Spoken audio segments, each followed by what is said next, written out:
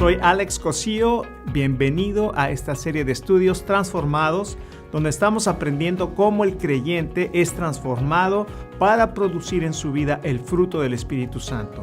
La lección de hoy es la segunda parte de El fruto del Espíritu y tiene que ver con nuestras relaciones saludables. Hemos estudiado juntos que Pablo nos enseña que hay una lucha entre la naturaleza pecaminosa y la nueva vida en el Espíritu.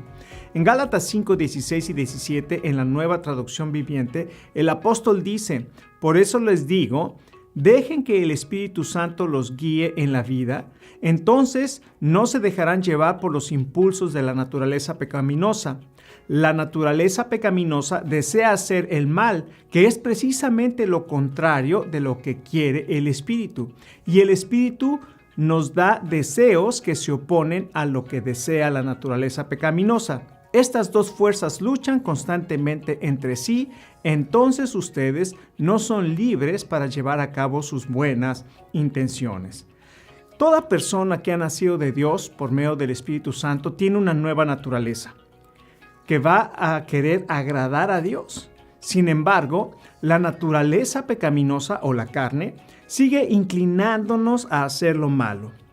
¿Cómo puede la vida en el Espíritu vencer la vida de la naturaleza pecaminosa?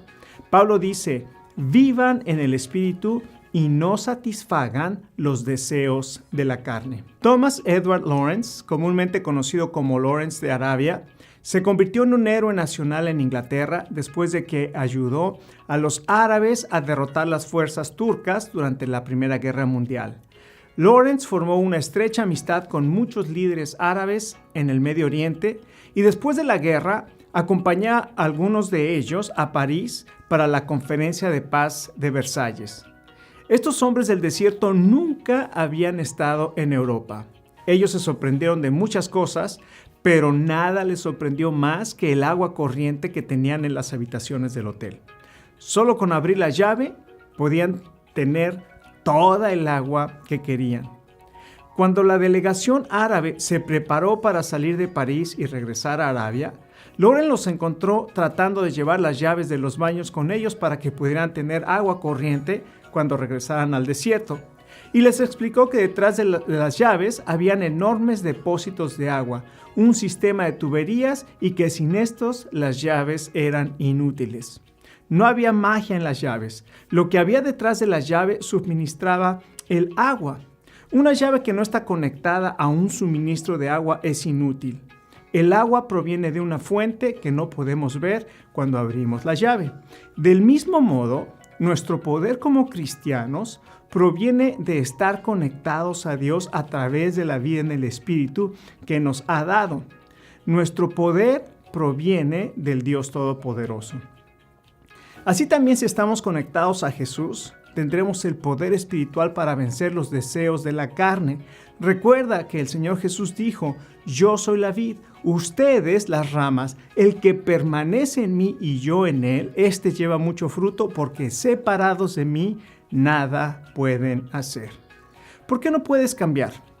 ¿Por qué no puedes dejar de enojarte o de sentir rencor o quitar los malos hábitos? Puede haber dos razones. Primera, porque nunca has nacido del Espíritu Santo, es decir, nunca te has arrepentido sinceramente y le has pedido a Jesucristo que te perdone, que venga a tu vida y te llene con su Espíritu. Si no estás seguro que has hecho esto, hazlo hoy. Coméntale al líder de tu grupo y ellos te ayudarán a experimentar el perdón y el poder del Espíritu Santo viniendo a transformar tu vida. La segunda razón es que no estás conectado a la fuente de poder, al Dios Todopoderoso. No debe haber excusas de que no puedes cambiar. Glorificamos a Dios cuando nuestro carácter se parece al de Jesucristo. En contraste a las obras de la carne, Pablo nos habla del fruto del Espíritu. Cuando estamos conectados a Jesús, el fruto del Espíritu se manifiesta en virtudes como el amor, gozo, paz. Estas tres virtudes las analizamos la sesión anterior. Ahora vamos a analizar las siguientes tres virtudes en la lista del fruto del Espíritu. Nota que no son los frutos del Espíritu, sino el fruto del Espíritu. Es un solo fruto. Leamos Gálatas 5, 22 y 23.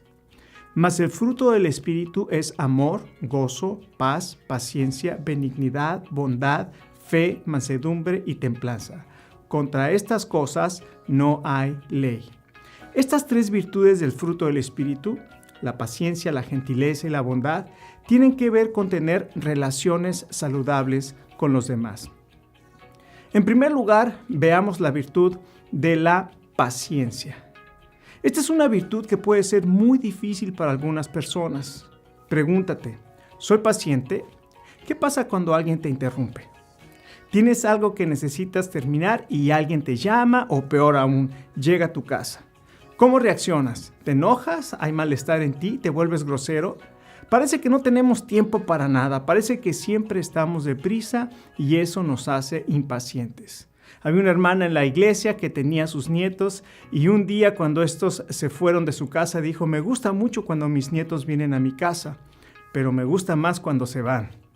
Las interrupciones causan inconveniencia y muchas se convierten en irritación. ¿Qué es la paciencia? Vamos a ver la definición. La palabra paciencia en griego es muy interesante. Es la palabra macrotumía, que se refiere a resistencia, constancia o perseverancia. Imagina que estás corriendo una carrera de 10 kilómetros y estás a punto de llegar a la meta, pero a 10 metros de la meta dejas la carrera porque no viste la señal que decía en el piso meta. Cuando no eres paciente, no vas a llegar a la meta. Vas a abandonar tu carrera, tu misión, tu propósito. Durante mis años como profesor vi a muchos alumnos comenzar sus estudios para abandonarlos un tiempo después. He visto muchas personas que comienzan proyectos, pero nunca los terminan. No resisten, no perseveran, no llegan a la meta, no son pacientes. Pero también he escuchado a varios alumnos agradecer el consejo de: cuando comiences algo, termínalo. Te va a dar una sensación de logro. Recuerdo el día que después de haber investigado lo que se necesitaba para cursar un doctorado, una vez que ya tenía todos los papeles, me quedaba solamente dar el dinero del registro. Llegué a la oficina de admisiones con el cheque y dije: una vez que entregue este cheque y quede registrado en el programa, no lo voy a dejar hasta terminar. Me gradué después de 4.5 años. Las paredes de mi casa y mi oficina, si hablaran, pudieran dar testimonio de cuántas veces dije: ya no quiero ser doctor. La paciencia no es tomar una actitud de resignación y aguantar, sino es tener una visión brillante de la meta para poder resistir. Pregúntate, ¿necesitas paciencia? Una vez alguien dijo: pidan a Dios que me dé paciencia. La respuesta fue: si le pedimos que te dé paciencia, te va a mandar pruebas, porque la Biblia dice en Santiago 1 que la prueba de nuestra fe produce paciencia. Ahora escucha, Dios permite las pruebas para desarrollar paciencia. Las pruebas no son un obstáculo para tu vida, las puedes ver como una oportunidad para tu vida para desarrollar paciencia.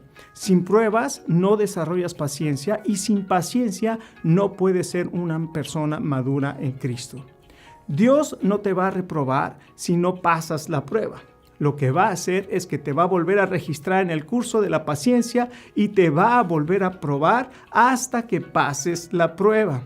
¿Cuántas veces quieres pasar por la prueba? Muchas veces en la Escritura se nos dice que esperemos en el Señor. El pueblo de Israel tenía que esperar que Moisés descendiera del monte y ellos dijeron: no sabemos qué le ha pasado a Moisés, y le dijeron a Aarón que le hicieran dioses, y así fundieron un becerro de oro y lo adoraron diciendo: este es el Dios que nos sacó de Egipto. Espera en el Señor, sé paciente a las promesas de Dios. Para desarrollar la paciencia necesitas la perspectiva correcta y la prueba tiene un propósito. 1. Desarrollar la paciencia y 2. Confía y espera en el Señor. El fruto del Espíritu es amor, gozo, paz, paciencia y ahora vamos a ver la virtud de la benignidad o gentileza. Podemos decir que la benignidad es el amor en acción. Esta es una virtud que vemos en el carácter del Señor Jesús. Dios mostró su benignidad, como dice Tito 3 en los versos 4 y 5, pero cuando se manifestó la bondad, esa es la palabra, benignidad de Dios, nuestro Salvador, y su amor para con los hombres nos salvó no por obras de justicia que nosotros hubiéramos hecho, sino por su misericordia, por el lavamiento de la regeneración y por la renovación del Espíritu Santo. La benignidad de Dios se mostró cuando envió a su Hijo Jesús por amor para salvarnos, y claramente dice que no por lo que nosotros hicimos. Podemos mostrar benignidad cuando nos interesamos sinceramente por las personas. A la gente no le interesa primeramente nuestra teología, sino si Jesucristo ha cambiado nuestra vida. No les interesa cuánto sabemos, sino les interesa saber que nos interesan. Dios nos da oportunidades para ser amables y benignos. Gálatas 6:10 dice, así que según tengamos oportunidad, hagamos bien a todos y mayormente a los de la familia de la fe. En la historia del buen samaritano, un hombre fue asaltado por ladrones, dejado tirado, ensangrentado al lado del camino. Pasó un sacerdote, lo vio, lo rodeó, después pasó un asistente del templo, lo vio y pasó de largo.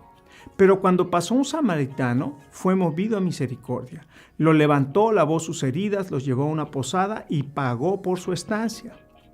Hay muchas personas que están a nuestro alrededor sufriendo, ensangrentadas por su situación, ya sea física de enfermedad, o sentimental, o laboral, o familiar. ¿Habrá alguien que se acerque y les muestre benignidad? ¿Qué es lo que nos permite ser benignos o bondadosos? Las ocupaciones.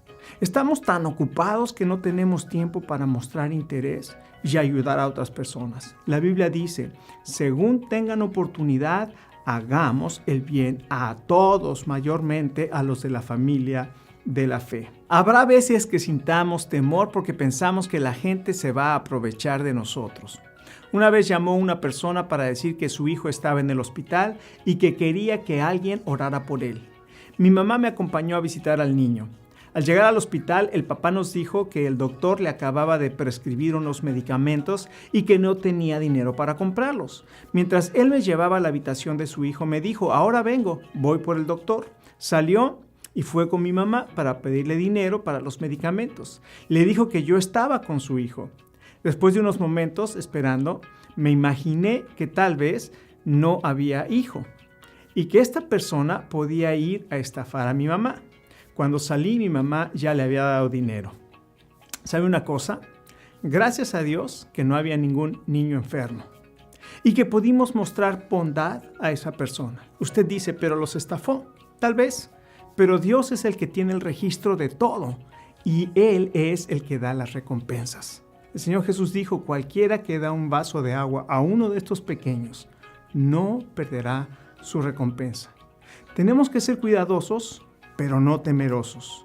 La benignidad es el amor en acción. Ya vimos la paciencia, la benignidad y finalmente vamos a ver la bondad.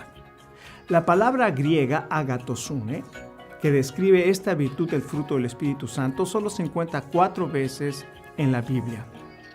Esta bondad tiene su origen en el carácter de Dios.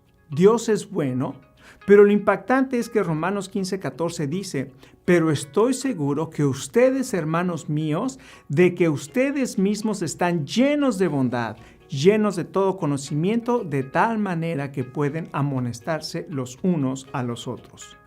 ¿Cómo podemos mostrar este tipo de bondad?